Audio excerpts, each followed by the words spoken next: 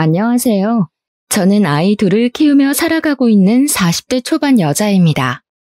저는 밤낮 없이 일할 때가 많은데 매일 이곳에 재미있는 사연 들으며 일하다 보면 시간도 금방 가고 친구가 옆에서 말해주는 기분이라 참 좋아요. 누구나 가슴속에 말 못한 사연 하나씩 품고 있기 마련이잖아요.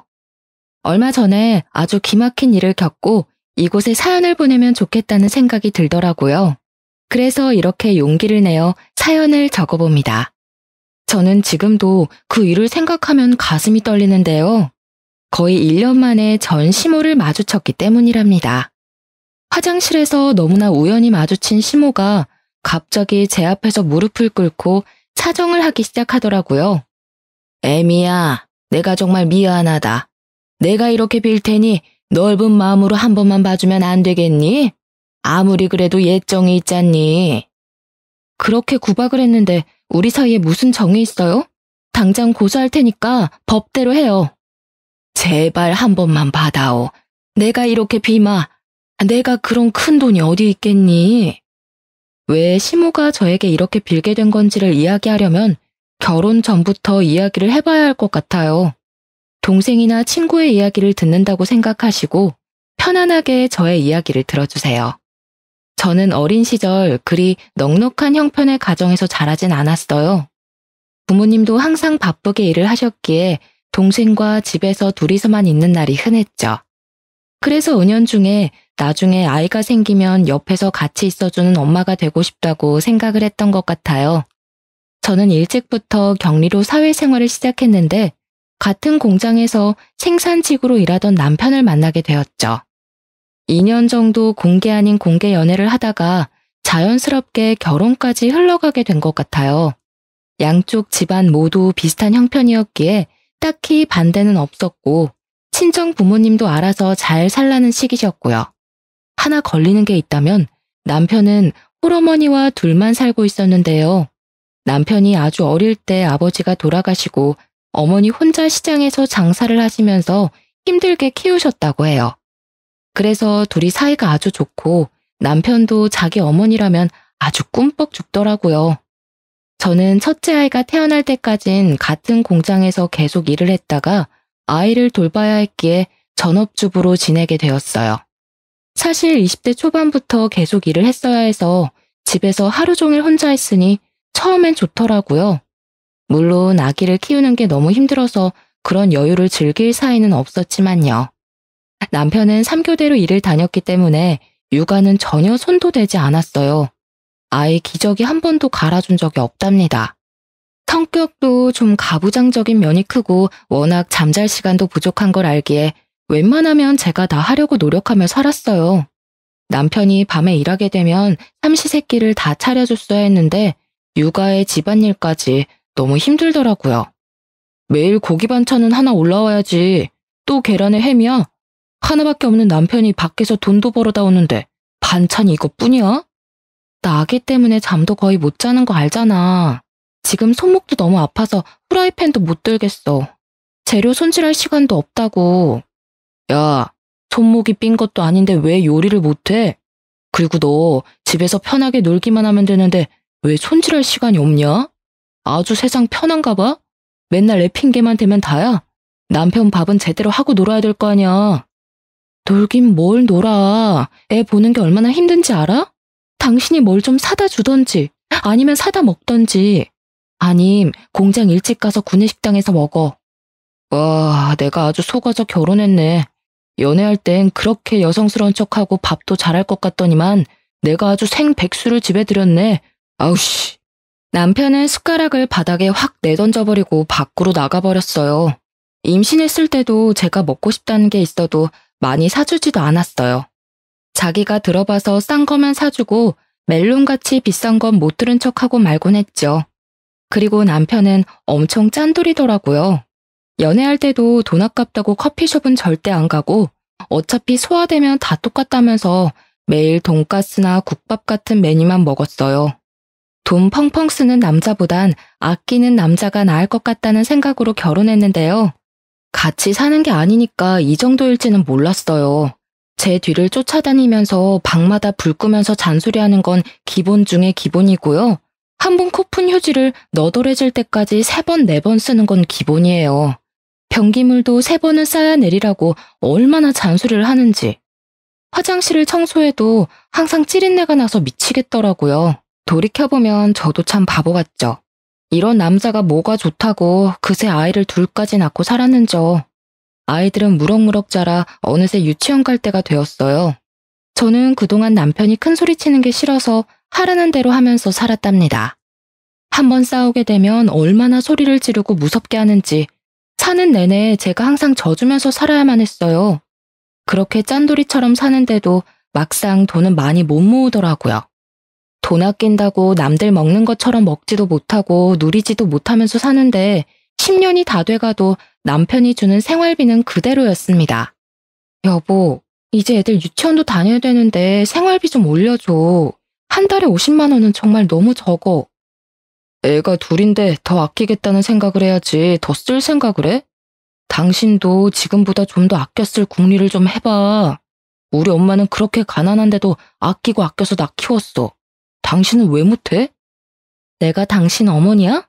그리고 지금 시대가 같아? 언제적 얘기를 하는 거야. 요즘 물가가 얼마나 올랐는지 당신이 마트에 좀 가보라고. 참나, 마트가 비싸면 재래시장에 가서 장을 봐. 맨날 편하게 마트만 다니려고 하지 말고. 아, 장모님은 뭐 김치 같은 것 좀 해서 안 보내주신대? 우리 엄마 요즘 무릎 아파서 고생하는 거 몰라서 그래? 그러는 어머님은 가까이 사시면서 도와주시는 것도 없잖아. 당신이 가까이 사는 어머님한테 부탁을 해봐봐. 우리 엄마는 이제껏 나 키우느라 고생만 했는데 또 반찬 해나르면서 고생만 하라고? 넌 우리 엄마가 만만하냐?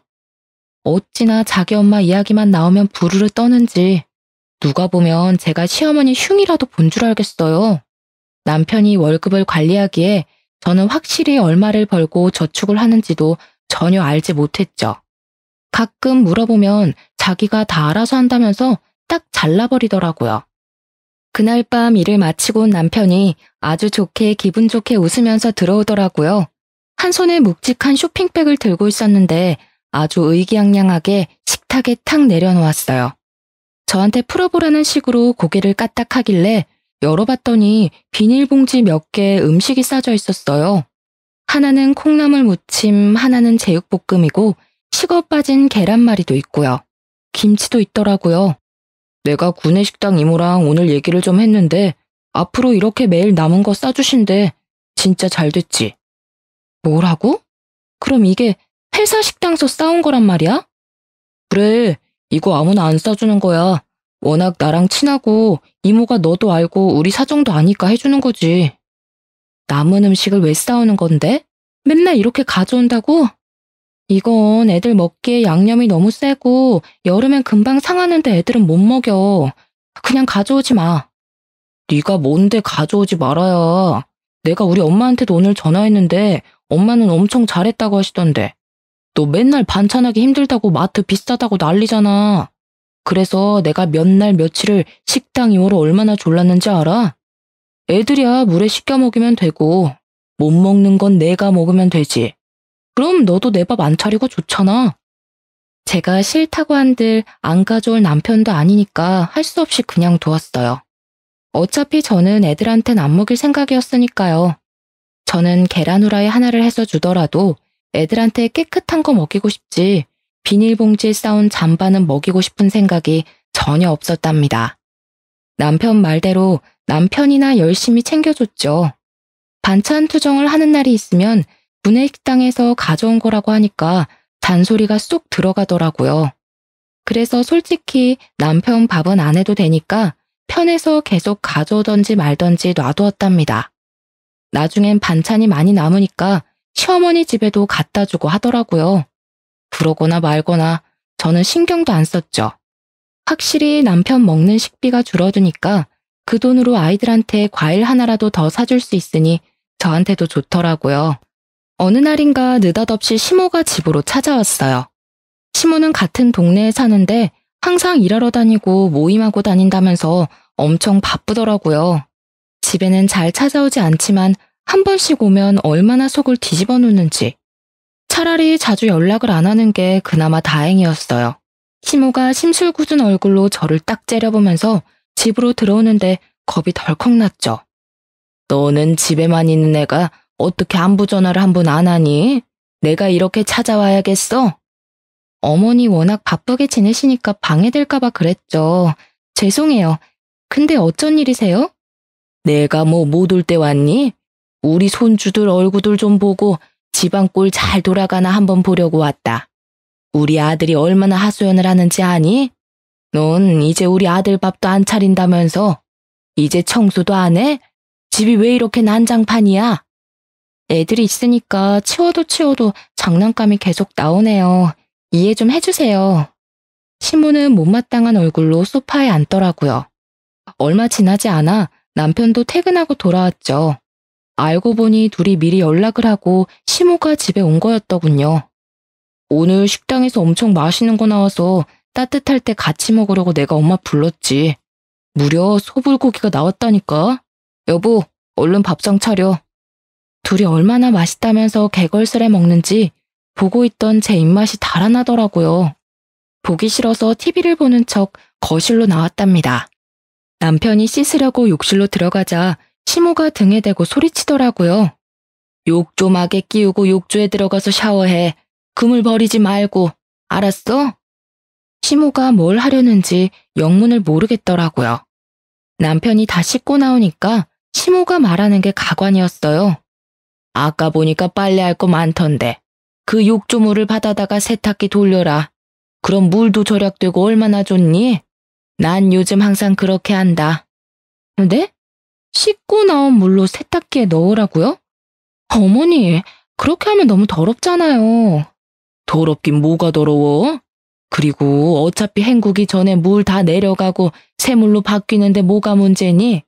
내가 다 생각해보고 하는 거니까 잔말 말고 그렇게 해라. 넌 어쩜 아낄 줄을 모르니? 그러다 언제 돈 모을래? 나이 많은 어른이 삶의 지혜를 알려주면 네, 알겠습니다 하고 따를 것이지. 하여튼 말이 많아. 오, 엄마, 그거 진짜 좋은 생각이네. 역시 우리 엄만 똑똑하다니깐. 남편이 신나서 욕조물을 퍼다가 세탁기에 붓더라고요. 저는 보기만 해도 역겨워서 토악질이 나올 것 같았어요. 물을 아끼면 얼마나 아낀다고 저런 짓을 하고 있는지 두 모자가 이해가 안 되더라고요. 빨래가 다 되고 나서 저에게 갖다 놓으려고 빨랫감을 주는데 손도 대기 싫더라고요. 결국 혀를 차던 남편이 스스로 빨래를 널었습니다. 그런 남편을 시모가 곱게 볼 리가 있겠습니까? 넌 뭐 얼마나 깨끗하다고 호들갑이니? 우리 아들이 퇴근하고 세탁기까지 돌리고 빨래도 돌렸으면 감사합니다 서방님 하고 얼른 놀아야지. 하여튼간 마음에 드는 구석이 하나도 없다. 그리고 앞으로 아들이 저녁에 씻고 나오면 목욕물은 항상 재사용하거라. 세탁할 게 없으면 그 물로 애들을 씻기던가 너 씻던가 하라고. 알겠니? 제가 대꾸를 안 하니까 시모가 저를 째려보는 게 느껴졌어요. 본인 아들은 깨끗한 물에 샤워시키고 저와 제 자식들은 더러운 물로 샤워해도 된다는 말이잖아요. 절대 그렇게 할 생각이 없었기에 싫다고 말하려 했지만 제가 왜 그렇게 해야 돼요? 라는 한마디에 2절, 3절, 아니 10절도 가능한 시어머니였기에 그냥 알겠다고 대충 말하고 넘어갔습니다. 꽤 늦은 시간이었어요. 이제는 좀 가실 줄 알았는데 안 가고 소파에 가만히 앉아 있더라고요. 딱 봐도 뭔가 할 얘기가 있는 것 같았죠. 애미야, 내가 다음 달에 개모임에서 여행을 간다는데 지금 다 예약을 해야 한단다. 80만 원이라는데 네가 좀 여행사에 이체 좀 해라. 네? 80만 원이요? 아, 저희 생활비도 모자라서 매달 간신히 살아요. 당장 그렇게 여윳돈은 없어요. 그리고 저도 생활비 받아서 쓰는걸요. 아니 남편이 몇 년을 일했는데 모아둔 돈이 100만 원도 없어. 너는 도대체 살림을 어떻게 하는 거니? 네가 헤프게 쓰니까 없는 거 아니니? 이 사람이 월급 얼마 받았는지도 말 안 해줘요. 여보, 말 나온 김에 통장 좀 보여줘봐. 확인 좀 해보게. 내가 본 돈을 네가 왜 확인을 해? 됐어. 엄마, 내가 돈 보내줄게. 걱정 마. 그거야 나한테 바로 전화해서 말하지. 뭐하러 지금 말해. 그래도 내가 생각이 있는 CM인데 며느리도 같이 있을 때 말을 해야지. 안 그러니? 여기 계좌번호니까 내일까지 보내고 나한테 전화해라. 난 간다. 한 달 생활비가 넘는 돈을 시모한테 준다니 너무 열불이 나더라고요. 남편은 태평하게 배를 두드리며 텔레비전을 보고 있는데 얼마나 화가 나는지요. 저는 마음을 먹고 남편 통장을 확인해 보기로 했어요. 어차피 핸드폰으로는 다 잠가놔서 볼 수도 없었거든요. 남편이 일하러 나간 어느 날 방안을 다 뒤져서 통장을 찾았죠. 저한테 꽁꽁 감추느라 서류 봉투 안에 넣어 교묘하게 숨겨놨더라고요. 서류 봉투 안에는 무려 10개가 넘는 통장들이 있었어요. 저는 적금이라도 되나 기대를 하고 열어봤는데 보니까 이미 다 사용한 통장을 모아둔 거였어요. 저는 날짜별로 통장들을 꼼꼼하게 살펴봤어요. 남편의 월급과 그동안 사용했던 내역을 다 볼 수 있었죠. 저는 너무 충격을 받았어요. 결혼 생활 내내 남편이 시모에게 용돈을 보내고 있었던 거예요. 신혼 때 양가 부모님 용돈에 대해서 얘기를 꺼낸 적이 있었는데 남편이 아이 키우고 돈 모아야 해서 용돈은 줄 수 없다고 못을 박았었거든요. 근데 저 몰래 시어머니에게만 생활비의 반 정도 되는 돈을 매달 보냈다니 너무 화가 났어요. 제가 일을 안 하던 사람도 아니고 돈 안 번다고 이렇게 사람을 무시하니까 정말 치사하더라고요. 저는 남편이 오자마자 남편 눈앞에 통장들을 던져버렸죠. 아, 미쳤어? 이게 뭐 하는 짓이야? 뭐야, 너 지금 내 방 뒤져서 통장 찾아낸 거야? 참나, 남의 물건 손대는 거 범죄다. 알긴 아냐? 범죄 같은 소리 하고 있네. 당신 지금까지 나 몰래 어머니 용돈 계속 드리고 있었어? 왜 나한테 말을 안 해? 평생 비밀로 하고 살려고 했어? 말하면 네가 잘도 그러라고 하겠다. 너희 부모님한테도 보내라고 징징댔겠지. 우리 엄마는 혼자 계시는데 당연히 생활비를 드려야지. 장인어른은 경비 일하셔서 돈도 버시잖아. 두 분은 우리 엄마보단 형편이 낫잖아, 안 그래? 우리 엄마 아빠 형편이 어떤지 당신이 가보기나 했어? 명절 때도 맨날 일한다고 몇 년째 가지도 않았잖아. 아빠 허리 아파서 경비 관둔 지가 언젠데. 왜 당신 마음대로 하냐고. 우리가 부부 맞아? 야, 내가 번 돈 내가 쓴다는데 네가 뭔 상관이야. 돈 벌어다가 너랑 애들 살 생활비 꼬박꼬박 주면 되는 거 아니야? 그럼 나머지 돈은 다 어디다 쓰는데 적금 들면 다 보여줘봐. 통장 다 보여달라고. 이게 왜 들어오자마자 바가지야? 왜 내가 내 돈을 너한테 보여줘? 절대 안 돼. 내 돈에 손댈 생각도 하지 마. 남편은 화를 내면서 다시 밖으로 나가버렸어요. 그동안 저는 남편이 주는 돈으로 최대한 아껴 쓰면서 살림을 하려고 노력해왔어요. 그러다 보면 우리도 아파트로 이사도 가고 남부럽지 않게 살 수 있을 거란 희망 하나 가지고 말이죠. 하지만 이젠 처절하게 깨닫게 된 거죠. 제가 함께 모으고 있다고 생각했던 돈은 우리가 아니라 남편의 돈이었다는 걸요. 그동안 밖에서 커피 한 잔도 못 사 먹으면서 미련하게 아꼈던 제 자신이 너무 비참하게 느껴졌어요. 저는 더 이상 남편의 무시를 참을 수가 없어서 저도 돈을 벌기로 결심했죠. 항상 돈이 워낙 부족하다 보니 집에서 할 부업도 알아보고 뭘 해보면 좋을지 생각도 많이 해봤었는데요. 요즘 온라인으로 물건을 판매하는 사업을 해서 크게 성공한 주부들 이야기를 보니 저도 한번 도전해보고 싶은 마음이 있었어요. 하지만 제가 가진 돈은 10원 하나 없었죠. 일단 온라인 사업을 하려면 100만 원이라도 있어야 하니 돈 하나 없는 현실이 얼마나 서글프던지요. 저는 며칠 동안 남편을 투명인간 대하듯이 대했어요. 어차피 남편 밥은 안 하니까 혼자 차려 먹든지 말든지 쳐다보지도 않았죠. 저는 아이들과만 밥해 먹고 얘기하고 노니까 오히려 편하더라고요. 참다 못한 남편이 저에게 말을 붙이더라고요. 내가 생각을 좀 해봤는데 그동안 내가 장인 장모님한테 신경을 덜 쓴 것 같아. 우리 엄마는 가까이에 사시니까 더 챙기게 되는 건 사실이잖아. 내가 미안하니까 이번 주말에 처갓집에 가서 제대로 한번 저녁 사드릴게. 어때? 그래, 알았어. 근데 당신 지금 여윳돈 얼마나 있어? 나 100만 원만 줘. 뭐? 100만 원? 야, 100만 원이 어디 개 이름인 것처럼 쉽게 말한다? 그 돈으로 뭐 하려고 생전 안 하던 말을 해? 나도 일 좀 해보려고. 온라인으로 물건 파는 것 좀 해보려고 해. 나한테 투자한다고 생각하고 한번 도와줘. 그동안 미안했다며. 이게 맨날 집에서 놀면서 이상한 동영상이나 보고 헛바람이 들었구만. 네가 무슨 사업을 해. 사업의 개뿔도 모르는 게. 개나 소나 사업해서 돈 벌고 성공했다니까. 너도 하면 될 것 같아? 꿈 깨셔. 귀한 100만 원 털어먹지 말고 얌전히 애들이나 키워. 그게 돈 버는 거야. 남편이 먼저 숙이고 들어오길래 한번 말해본 거였는데 역시나 매몰차게 무시하고 거절했죠. 저는 어떻게든 돈을 벌어서 사업 자금을 모으기로 결심했어요. 그렇게 주말이 되고 진짜 남편이 애들까지 직접 챙겨서 친정집으로 가더라고요.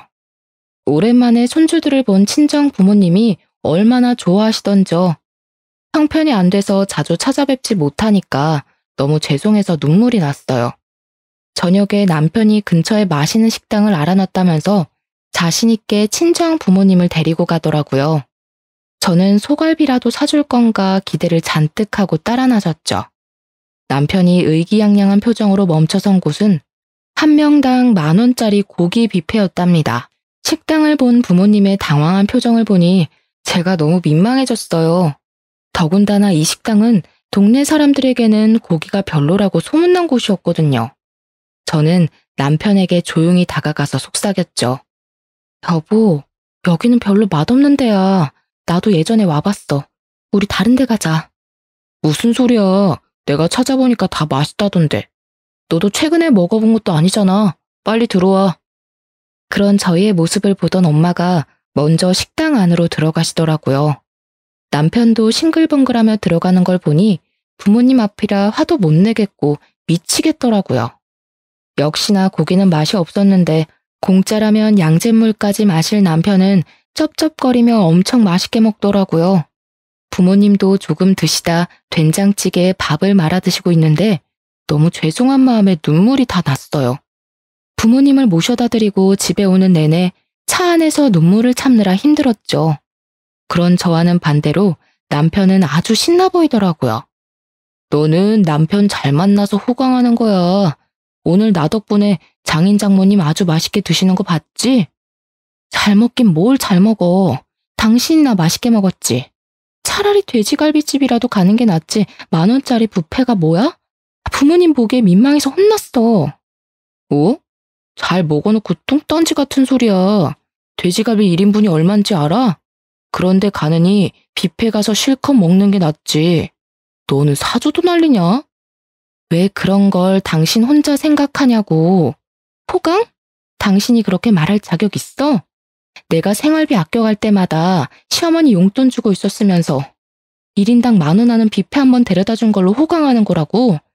내가 우리 부모님 보기 창피해서 너 같은 애랑 못 살겠다. 알겠어? 저야말로 푸대접하다 못해 친정 부모님도 업신여기는 남편과는 더 이상 살지 못하겠다는 생각이 들었어요. 그렇다고 애들한테 살가운 아버지도 아니고 제가 혼자 다 키웠기 때문에 애들은 아빠와 정도 잘 없거든요. 왜 내가 이 남자 집에서 가정부처럼 살고 있어야 하나요? 제가 스스로 돈 벌어서 우리 부모님께 소갈비도 부담 없이 사드리고 애들한테도 마트에서 가격표 안 보고 먹고 싶은 것 다 사줘야겠다고 결심했죠. 집 근처에 큰 마트가 있었는데 가끔 아르바이트를 구하더라고요. 근데 아이들 유치원에 가 있는 시간과 일하는 시간이 딱 맞아서 언제 구인 공고가 날까 기다리고 있었어요. 드디어 사람을 구한다고 해서 얼른 가서 면접을 봤답니다. 바로 다음 주부터 일하게 되었는데 드디어 내 힘으로 돈을 벌 수 있다고 생각하니까 너무 신이 났죠. 저는 남편에게도 바로 통보를 했는데 반응이 뜻밖이더라고요. 그거 몇 시간 해서 꼴랑 얼마나 번다고 그래. 집에서 살림이나 하고 애들 돌보는 게 돈 버는 거라고 몇 번이나 말해. 애들 유치원 갔다 오는 시간 사이에 하는 거라 충분히 할 수 있어. 꼭 할 거니까 말리지 마. 오랜만에 일을 하니까 일주일 정도는 적응하느라 너무 힘들었는데요. 시간이 지날수록 같이 일하는 분들도 잘한다고 칭찬해 주시니까 점점 일이 재미있어지더라고요. 매일 집에서 애들이랑 지지고 볶다가 사회 활동을 하니 몸은 힘들지만 생활 자체가 활기차게 변했답니다. 그렇게 한 달을 일하고 월급을 처음 받았는데 진짜 눈물이 나더라고요. 아이들이 그렇게 갖고 싶다고 노래를 부르던 장난감도 사주고 친정 부모님께도 얼마 안 되지만 용돈도 보내드렸어요. 이제야 사람 사는 것 같더라고요. 그렇게 몇 달을 돈을 모아 온라인 사업을 해볼 돈도 차곡차곡 모으고 있는 중이었죠. 그날도 마트에서 채소들을 정리하고 택을 붙이는 작업을 하고 있었어요. 입구에서부터 떠들썩한 소리가 나더니 아줌마들 대여섯 명이 들어오더라고요. 얼마나 시끄럽게 웃고 떠들던지 다른 사람들이 다 쳐다볼 정도였어요. 그런데 그 중에 시모가 있더라고요. 옷도 아주 화려하게 입어서 누가 보면 부잣집 사모님인 줄 알겠더라니까요. 항상 무슨 모임을 다닌다고 바쁘더니 저렇게 신나게 살았구나 싶었죠. 그래도 시모니까 인사를 해야겠다는 생각에 시모를 향해 눈을 계속 마주쳤어요. 기척을 느꼈는지 시모가 제 쪽을 돌아보고는 기함을 하며 놀라더라고요. 그러더니 친구들을 데리고 서둘러서 마트를 나가버렸답니다. 저는 제가 뭘 잘못한 게 있나 싶어 어리둥절하고 기분도 은근히 나쁘더라고요. 그날 저녁에 퇴근해서 애들과 밥을 먹고 있는데 초인종이 세게 울리는 게 아니겠어요? 역시나 시모가 고가운 눈빛을 하고 쳐들어오더라고요. 아니 너 무슨 일 한다고 하더니 그 마트에서 일하는 거였어? 저 보신 거 맞네요? 근데 왜 모르는 척 하셨어요? 야, 그럼 친구들한테 저 꼬질꼬질한 옷 입고 오이 나르는 애가 내 며느리라고 말하라는 거야? 내 친구들은 예전부터 다 네가 대기업 다니는 줄 아는데 누굴 망신 줄 일이 있어? 왜 그런 거짓말을 하세요? 제 힘으로 당당하게 돈 벌고 있는 게 부끄러우세요? 마트에서 일하는 게 퍽이나 자랑스럽기도 하다. 아이고, 오늘 시겁했네. 돈 좀 번다고 아주 유세가 대단하다 얘. 무서워서 간다. 아이고. 시모가 쏘아붙이고 가버리는데 어이가 없더라고요. 정작 자기 아들은 지금까지 공장에서 일하는데 대기업 다니는 며느리가 웬 말인가요? 그러거나 말거나 수중에 돈이 있으니 마음 자체가 여유로워지더라고요. 남편이 생활비를 적게 주던 말던 신경도 잘 안 쓰게 되고 말이죠. 원래 남편은 핸드폰을 잘 들여다보지 않는 성격인데 요즘 따라 매일 핸드폰만 보고 있더라고요. 도대체 뭘 하나 궁금했죠. 돈이 아까워서 바람필 위인도 못 되는데 말이에요. 옆에서 헬기 보니까 주식 그래프 같은 걸 뚫어지게 보고 있더라고요. 당신 지금 뭐 하는 거야? 설마 주식하는 거야? 주식할 돈은 있고? 네가 이렇게 세상 물정을 모르니까 내가 말도 안 꺼내는 거야. 요즘 주식으로 돈 버는 사람이 엄청 많대. 공장 형들도 안 하는 사람이 없더라고. 나도 형들이 알려준 거 몇 개 샀는데 진짜 많이 올랐다니까. 그렇게 돈 좋아하는 사람이 아무것도 안 하고 돈이 쑥쑥 불어나는 걸 보니 얼마나 신나겠어요. 아주 얼굴에 화색이 돌더라고요. 제가 알기론 남편도 경제 개념도 잘 모르고 공부도 잘하지 못한 것 같은데 뭘 믿고 덜컥 주식을 한다는 건지 걱정이 되더라고요. 얼마를 투자하는지도 말 안 하니까 정확한 액수도 알 수 없고 말이죠. 그렇게 시간이 좀 흐르고 아주 싱글벙글해서 저한테 핸드폰을 들이밀더라고요. 이거 봐, 이게 이렇게 많이 올랐다고. 사실 자본이 클수록 더 많이 벌 수 있는 건데 아씨 돈이 없으니까 얼마 벌지도 못해. 그러다가 다 날리면 어떡하려고 그래? 당신처럼 돈이라면 환장하는 사람이 그거 다 잃으면 감당할 수 있겠어? 부정 타는 소리 하지도 마. 네가 주식에 대해 뭘 안다고 떠들어? 내가 생각해 본 게 있는데 들어봐.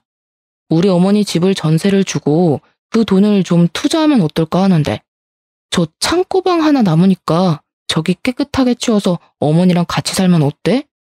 어? 말도 안 되는 소리 하지 마. 가뜩이나 내 식구 사는데 좁아 죽겠는데 어머니까지 모신다고? 아, 주식에 미쳐서 제정신이 아니네. 이건 절대 안 되는 일이니까 다신 말도 꺼내지 마. 남편은 거의 일주일 넘게 합가를 하자면서 저를 괴롭히더라고요. 다른 건 다 들어줘도 이건 절대 안 된다며 저도 완강하게 반대했죠. 그랬더니 다른 궁리를 하는지 더 이상 말은 꺼내지 않더라고요. 저는 온라인 사업을 할 수 있는 자금을 넉넉하게 모아놓은 상태였어요. 본격적으로 물건을 사보고 온라인에 올려보면서 저만의 사업을 시작했죠. 아이들 재우고 밤 늦게 시작해서 다음날 새벽까지 계속 일하는 날들이 늘어갔어요. 너무나 피곤했지만 일이 정말 재미있고 주문도 한두 개씩 들어오니까 신기하고 힘이 나더라고요. 남편이 알면 분명히 못하게 할 게 뻔해서 베란다에 택배 상자를 숨겨두고 남편이 없을 때 몰래 포장하고 택배를 보냈는데요. 주문량이 점점 늘기 시작하니까 택배 상자를 숨기기가 힘들어지더라고요. 결국엔 남편이 베란다에서 상자를 발견했는데 소리를 지르면서 상자를 저한테 막 던지기 시작하는 게 아니겠어요? 이놈의 옆했네야. 내가 쓸데없는 짓 하지 말라고 했지. 너 인터넷으로 물건 파는 거 나 몰래 하는 거 맞지? 돈 조금밖에 안 들였어. 그리고 물건도 꽤 잘 팔려서 돈도 벌었어. 마트 가서 돈 좀 번다고 네 맘대로 돈 써제끼고 다니냐? 그거 할 돈으로 차라리 애들 떡볶이나 한번 다 사 먹여라. 당장 안 그만둬? 투자한 거보다 돈을 더 벌었다니까? 내가 당신처럼 주식을 했어 뭘 했어? 돈 벌고 있다는데 왜 못하게 해? 남편은 악소리를 지르면서 저에게 계속 상자를 던지고 제가 방에 숨겨놓은 파는 물건들을 기어이 찾아내서 던지기 시작했어요. 제가 달려가서 물건들을 몸으로 막고 하지 말라고 악을 썼죠. 남편은 씩씩대며 집을 나가버렸고 저는 꺽꺽 울면서 박살난 물건들을 치웠답니다. 저는 남편을 위해 저의 인생을 희생했는데 남편은 제 삶이 앞으로 나아가는 걸 도와주기는커녕 제 발목을 잡고 있다는 걸 깨달았죠. 저는 더 이상 남편과는 살 수 없겠다는 생각이 들더라고요. 더군다나 최근에 남편은 주식으로 돈을 엄청 잃은 것 같았어요. 매일 핸드폰을 보며 중얼거리고 눈이 벌게져서는 욕짓거리를 늘어놓았죠. 그러더니 기야말 소리를 늘어놓았답니다. 지금 물타기를 해야 돼. 집 좀 담보로 해서 돈을 빌려야겠어. 당신 진짜 미쳤어? 이 집 날라가면 우리 어디서 살라고? 절대 안 돼. 내 말 안 들으면 당장 이혼이야? 이 집이 내 명의인데 네가 뭔 권리로 안 된다고 하는 거야? 이혼? 네가 나랑 이혼하면 잘 살 수 있을 것 같아? 당장 한 달도 안 돼서 돈 없다고 살려달라고 기어들어올게. 어디 그런가 안 그런가 두고 보면 알겠지. 우리 이혼해. 너 절대 다시 안 받아줄 거니까 각오해. 애들도 네가 다 데려가. 우리는 그렇게 합의 이혼을 했고 힘들었던 저의 결혼 생활도 끝나게 되었답니다. 오히려 이렇게 쉽게 이혼이 되니까 얼떨떨하기도 하더라고요. 저는 친권과 양육권 모두 갖고 아이들과 친정 부모님 댁으로 들어갔죠. 친정 부모님도 걱정은 되셨겠지만 전 남편이 지금껏 저에게 어떻게 했는지 아셨기에 저를 이해하고 도와주시려고 하셨어요. 저는 오히려 전 남편과 시모를 더 이상 보지 않고 친정 부모님과 아이들과 살아가니 더 행복하고 생활도 편해졌답니다.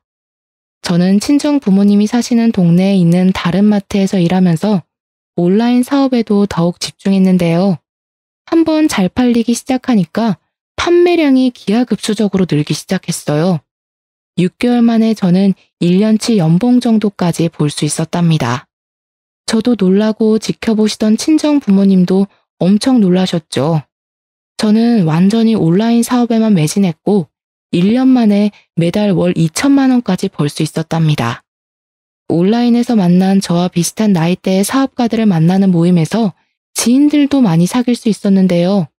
지인들이 많이 도와줘서 사업도 더 발전할 수 있었고 외모적으로도 많이 달라질 수 있었죠. 돈을 많이 버니 확실히 마음의 여유가 달라지고 씀씀이도 달라지더라고요. 저는 서울의 친정 부모님과 아이들과 함께 살아도 넉넉한 큰 아파트도 매매할 수 있었답니다. 여유로워진 생활 덕에 집에서는 웃음이 끊이지 않았죠. 어느 날 저녁, 저는 한 달에 한 번 열리는 사업가 행사가 있어서 자주 가던 호텔에 지인들과 함께 갔죠. 그 호텔 레스토랑에서 친구들을 자주 만나서 이미 VVIP였는데 이번 행사는 이 호텔의 사장이 주최하는 거라 연회장에서 크게 열렸답니다.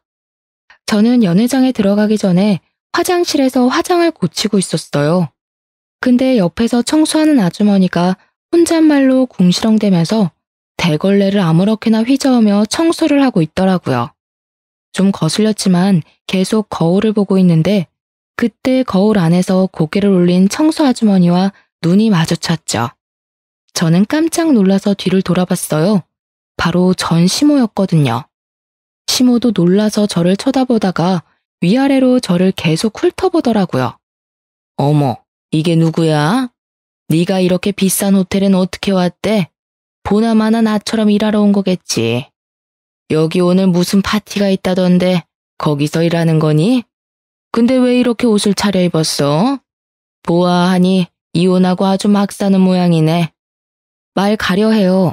나 여기 손님으로 온 거예요. 나가게 저리 비켜요. 손님 좋아하네. 네가 뭔데 이 으리으리한 호텔에 손님으로 왔다는 거야? 나한테 그걸 믿으라고? 아이고, 이 구두는 뭐야? 너한테 이런 게 어울리기나 해? 그때였어요. 시모가 대걸레로 제 구두를 마구 문질러대는 게 아니겠어요? 저는 너무 놀라서 소리를 질렀죠. 이게 뭐 하는 거예요? 이 여자가 진짜 미쳤나? 이게 얼마짜린 줄 알아? 당신 월급 6개월을 모아도 못 사는 거야. 아이고, 시장 가서 10,000원이면 살 거 가지고 웃기고 있네. 어디서 거짓부렁이야? 이게 뭔 사기꾼 됐나 아주 기세가 대단하네. 어디 시어머니한테 반말짓거리야. 이혼한 지가 언젠데 시어머니야. 당장 변상해. 절대 합의는 없으니까 어디 한번 해보자고. 시모가 이번에는 대걸레로 제 머리를 문대려고 달려들더라고요. 저는 얼른 시모의 발을 걸어서 넘어뜨려 버렸어요. 시모가 넘어지면서 중심을 잡지 못하고 대걸레반 통이랑 같이 굴러 넘어졌답니다. 그 바람에 시모의 옷이 구정물로 다 젖었어요. 화가 난 시모가 제 머리채를 잡으려고 달려들길래 제가 소리를 삑 지르며 화장실 밖으로 나갔어요. 제 소리를 들은 지인들이 화장실로 몰려왔죠. 제 구두와 발목이 구정물로 엉망이 되어 있는 걸 보고 놀라더라고요. 이게 무슨 일이야? 이 아줌마가 이런 거야? 어머어머, 당장 매니저 좀 불러와봐. 시모는 상황이 이상하게 흘러간다고 느꼈는지 어깨가 점점 움츠려들더라고요. 아니, 얘가 내 며느리예요. 남이 아니고. 전화를 받은 호텔 실장이 급하게 화장실로 달려왔죠. 실장의 얼굴을 본 시모의 얼굴이 점점 일그러지는 게 보였어요. 행사 전에 이런 일이 생기다니 정말 죄송합니다. 아줌마, 이게 무슨 짓이에요? 이분이 누군지 알고 이런 짓을 한 거예요. 우리 호텔 VVIP이신 분한테 도대체 뭐라고요? 아니, 사실 얘가 내 며느리라서. 근데 얘가 여기 손님으로 올 애가 아닌데. 누가 당신 며느리냐고. 실장님, 이 여자한테 제 구두 변상하게 진행해주세요. 호텔 직원이 한 거니까 이 호텔도 책임 문제에서 자유롭지 않을 거예요. 그리고 당신은 내가 모욕죄로 추가 고소할 거니까 기대하고 있어. 정말 죄송합니다. 제가 최선을 다해서 문제 해결하도록 노력하겠습니다. 아줌마, 뭘 멀거니 서 있어요. 얼른 구두 닦아드려요. 시모가 얼굴이 하얘져서 손을 부들부들 떨면서 제 앞에 쪼그려 앉았어요. 그러고는 제 구두를 닦기 시작했죠. 행사 시작 전에 소란이 있으니까 호텔 사장까지 화장실로 다가왔죠. 사장을 본 시모의 얼굴에 땀이 흥건하게 나기 시작하더라고요. 실장에게 상황을 보고받은 사장이 저에게 정중히 말을 건넸어요. 정말 죄송합니다. 제가 할 수 있는 최대한 배상해드리겠습니다. 실장님, 저 아주머니는 당장 해고하도록 해요. 여기가 구멍가게도 아니고 최고의 서비스를 해야 할 최고급 호텔에서 이런 일이 생기다니 절대 용납 못합니다. 아이고, 사장님, 제발 한 번만 봐주세요. 저는 여기 못 그만둡니다. 그만두면 우리 아들하고 둘이 굶어 죽어요. 제가 일해야 돼요. 호텔 사장은 시모의 말을 무시하고 저와 지인들을 에스코트해서 연회장으로 들어가려고 했죠. 제가 뒤돌아서자 쭈그려 앉아있던 시모가 제 발목을 덥석 잡는 게 아니겠어요. 에미야, 내가 잘못했다. 한 번만 받아오. 네 남편 지식으로 집까지 날려먹고 일도 때려치고 지금 술만 먹으면서 폐인이 다 됐다. 그런 자식이라도 어쩌겠니? 내가 먹여 살려야지. 여기 관두면 월세도 못 내서 쫓겨나야 돼. 제발, 제발 한 번만 용서해다오. 그렇게 구질구질하게 아끼면서 살더니 아직까지도 그러고 사네요. 하긴 비싼 걸 멀리서 보기나 했어야 10,000원짜린지 800만 원짜린지 구별을 하지. 배알 뒤틀려서 어째요? 그렇게 무시하던 며느리 구두가 800만 원인데? 그쪽 사정이야 알 바 없고 당장 내일까지 내 구두 변상이나 해요. 800만 원? 거짓말. 세상에 그렇게 비싼 구두가 어디 있니? 나 골탕 먹이려고 이러는 거 다 안다. 나쁜 년. 남편 버리고 가더니 사기꾼이 다 됐구나. 누가 버리고 가요? 돌아와도 안 받아준다고 한 게 누군데. 이 구두 산 영수증 다 있으니까 경찰서에서 다 확인시켜줄 테니 걱정하지 말고요. 그쪽 아들이 그렇게 하지 말라는 사업 시작해서 내가 돈을 엄청 벌었거든요. 아드님한테 이혼해줘서 고맙다고 전해줘요. 시모는 제 앞에 무릎을 꿇고는 양손을 비비며 눈물을 흘리기 시작했죠. 애미야, 제발 한 번만 살려주렴. 내가 우리 손주들 보고 싶어서 매일 밤 울며 잔단다. 이렇게 만난 김에 우리 애들도 좀 보여주고 다시 한번 잘 지내보면 안 되겠니? 내가 염치 없지만 이렇게 부탁하마. 주식으로 집 담보 잡기 전만 해도 일획천금이 굴러들어올 줄 알았지? 그땐 친권도 다 포기하게 하더니 무슨 우리 손주? 기가 막혀서 진짜. 차장님, 이 아줌마 변상 책임은 당연한 거고 아까 말씀하신 것처럼 당장 해고해주세요. 안 그러면 저 이 호텔 다신 안 와요? 저는 엎드려서 울부짖는 시모를 차갑게 외면하고 사장의 사과를 연신받으며 연회장 안으로 들어가 버렸답니다. 살짝 뒤돌아보니 경비원들이 시모를 끌고 가고 있더라고요. 시모는 질질 끌려가면서도 계속 저를 부르며 소리쳤죠. 저는 다시는 시모 얼굴을 보고 싶지 않았기 때문에 모든 일을 변호사에게 일임해버렸어요. 저는 수월하게 구두 배상 비용은 물론이고 모욕죄로 합의금까지 청구해서 받을 수 있었죠. 시모가 변호사에게 한 번만 봐달라고 사정을 했다고 했지만 저는 절대 사정 봐주지 말고 법대로 하라고 못 박았답니다. 그 후로도 그 호텔에 자주 갔지만 더 이상 시모는 볼 수 없었어요. 저의 사업은 그 후로도 계속 상승선을 타고 있고 곧 다른 분야에도 진출할 예정이랍니다. 직원들도 많이 늘어서 너무나도 바쁜 나날을 보내고 있어요. 저는 제가 전업주부가 잘 어울릴 거라고 생각했는데 지금은 주변 사람들도 완전히 사업가 체질이라고 말을 하더라고요. 지난날에 저는 너무나 어리석게도 스스로 한계를 두고 살고 있었어요. 저도 소중한 사람이고 무궁한 가능성이 있었는데 제가 아닌 전 남편이나 아이들에게서만 그 가능성을 찾으려고 했던 것 같아요. 제 일을 하면서 더 나은 저 스스로의 미래를 꿈꾸는 지금이 정말 행복합니다. 너무 바빠서 아이들과 함께하는 시간이 많이 줄어든 게 가장 아쉽지만 친정 부모님이 저 대신 사랑을 듬뿍 주고 계셔서 한시름 덜고 있답니다. 사연을 들으시는 여러분들도 스스로를 믿고 어떤 일이든지 한번 해보고 싶은 게 있다면 도전해보셨으면 좋겠어요. 행운도 시도를 해보는 사람에게 찾아오는 법이니까요. 저의 기막힌 사연을 들어주셔서